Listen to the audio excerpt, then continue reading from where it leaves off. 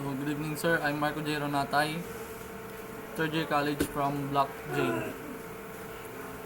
So, number 1. How could you define a sample root in Laravel and what would be in a real-life example?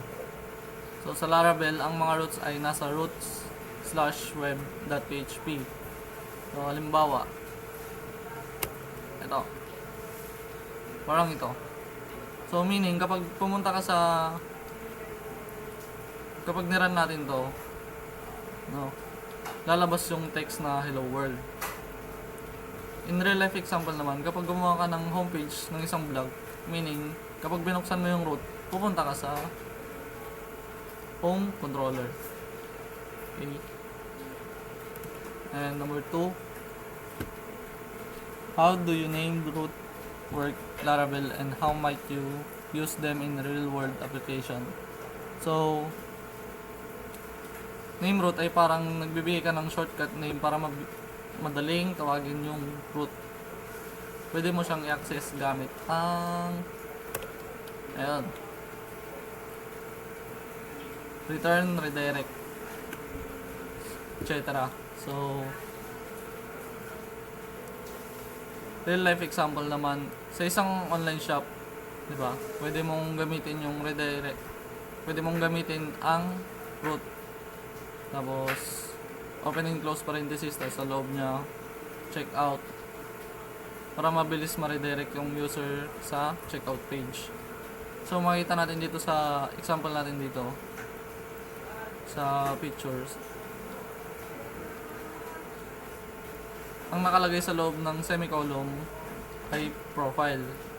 So, root, tapos sa loob ng semicolon profile. So, magre-redirect siya sa profile page. And number 3. So,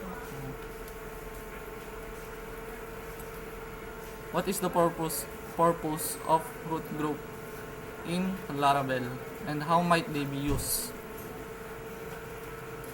So, ang root group ay ginagamit para pagsamasamahin ang roots na may common feature gaya ng middleware, prefix, etc. So, real life example, lahat ng admin page pwedeng naka-group with prefix at middleware para siguraduhin authenticated ang mga pasok.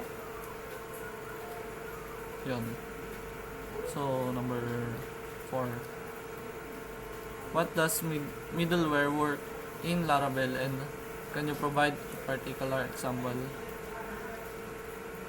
So, ang middleware ay parang bantay.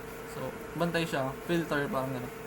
Bago pumasok ang request sa app mo, halimbawa, kung hindi login ang user, di ba?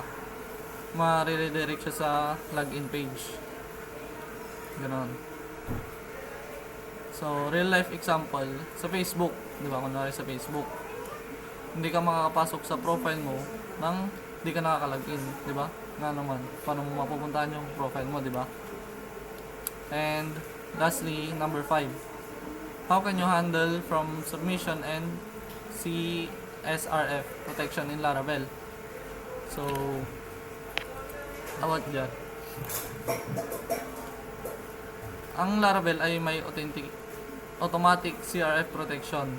Kailangan lang maglagay ng @CRF sa form. So, real life example naman natin.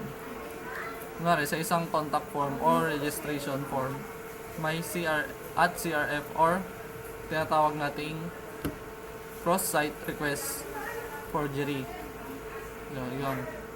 Para hindi basta-bastang magamit ng hacker yung form mo for attack. So, yun lang po. Thank you po.